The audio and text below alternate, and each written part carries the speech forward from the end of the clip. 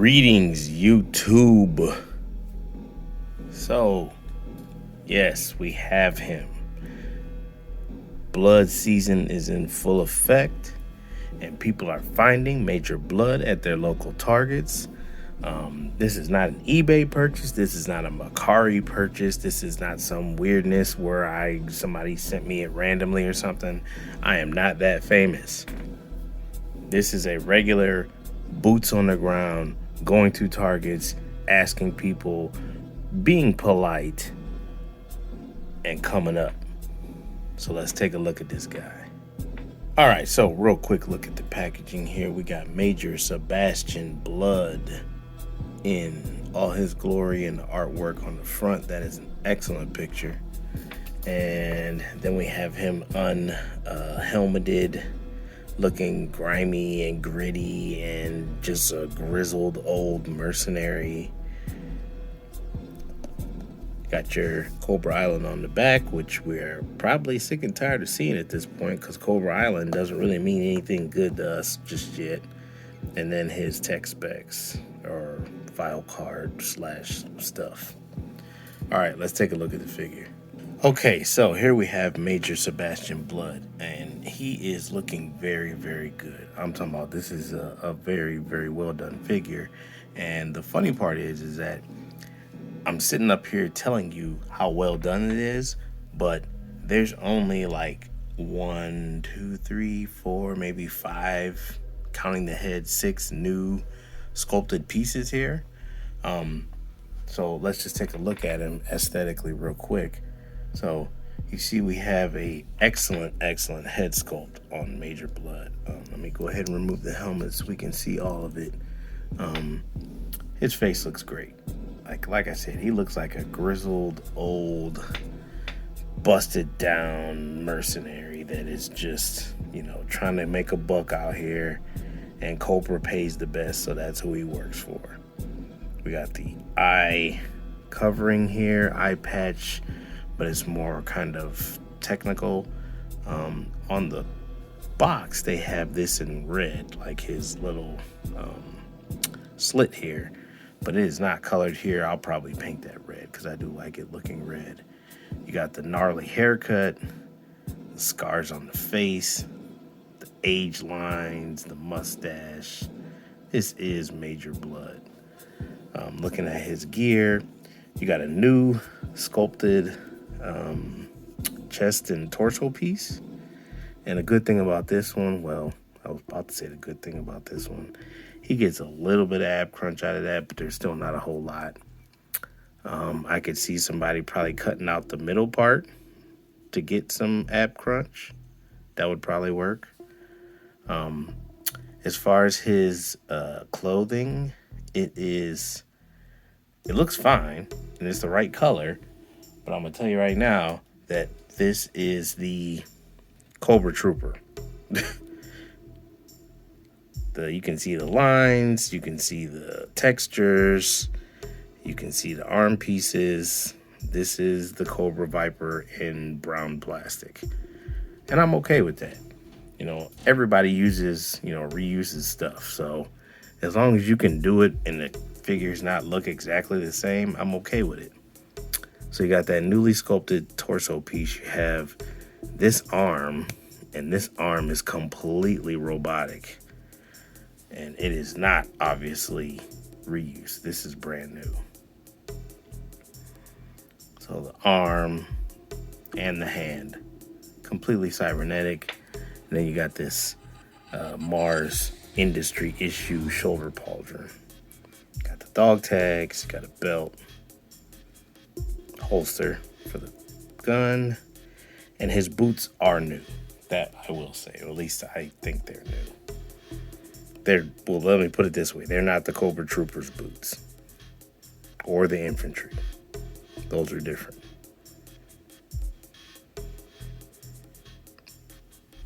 So yes, he is looking very, very good. Very menacing. Very Major Bloodish. Awesome.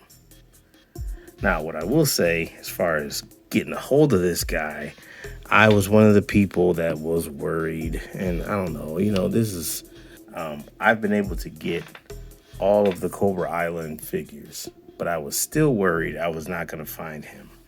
But the toy gods did smile upon me today, and I was able to pick him up. So let's take a look at his accessories. All right, so real quick before I talk about Major Bludd's accessories, just wanted to touch a little bit on the character himself. He was an original character from the Sunbow series. I'm 99% certain he showed up in the comic book. He was a regular in the early seasons of G.I. Joe on Sunbow, and then he kind of just disappeared. And if you start looking at the other G.I. Joe media, such as like G.I. Joe Resolute, they literally start the movie with Major Bludd being dead and left in Washington on like the Lincoln Memorial or something crazy like that. So, he kind of is reduced to kind of an also-ran marginal character. But for those of us old school G.I. Joe fans, Major Bludd is a major character that you just can't do without. This isn't somebody you skip. It just isn't. It's somebody you want and you need. So, having said that, let's take a look at his accessories. He has this here sidearm / laser pistol. And, we're kind of done talking about the fact that the G.I. Joe guns aren't realistic. Many of them are not. It's not really a big deal anymore. I mean, if it's close to the cartoon, then can you really complain? I don't think so. So here's a nice looking laser pistol. Then you have this kind of futuristic revolver. It looks like something out of Mad Max. Now, Major Bludd was not a figure that I was able to get when I was a kid. So I never had a Major Bludd. Not once. When I put up this picture here, that'll be the first time I've ever seen Major Bludd in the original line, because I've never had him. He has 2 missiles that go with, I want to say, do these go with the, yes. So these missiles actually go with what I thought was the laser pistol, which I guess could still be a laser pistol. There's no reason why it can't. But these 2 missiles plug into this. This is probably a throwback to the original figure. This looks like something that would have came with the original figure. Now, the cool thing about these missiles is, number 1, they're detachable. Number 2, he has this kind of very minimalistic backpack. It's very plain as far as classified backpacks go. But these missiles can be stored on the backpack. And one of the things that G.I. Joe Classified has gotten right more often than not is weapon storage. That's cool. So you can plug that onto his back. You can put his big sidearm in the holster. And then you can also take the missile gun or the laser pistol, whatever you want to call it, and you can peg that into the backpack. So he can carry all his weapons and still have his hands free. That is something that us and collectors like. All right, we'll take a quick look at his articulation. I'm not going to go over every single point because this is basically the Cobra Trooper, the Cobra Infantry, but I do want to talk a little bit about the bionic arm. All right, so the bionic arm has a couple of cool features. So the pauldron, the Mars Industry issue pauldron, is actually on a hinge. And I don't know if you can see it. It's right in there. But it's on a hinge. So it hinges back and forth. So if you want to get this arm up, whoops, and I dropped his hat. If you want to get this arm up, you can hinge the shoulder pauldron so it gets out of the way. So that's also nice. You do have a bicep swivel here, double jointed, and it does get good range.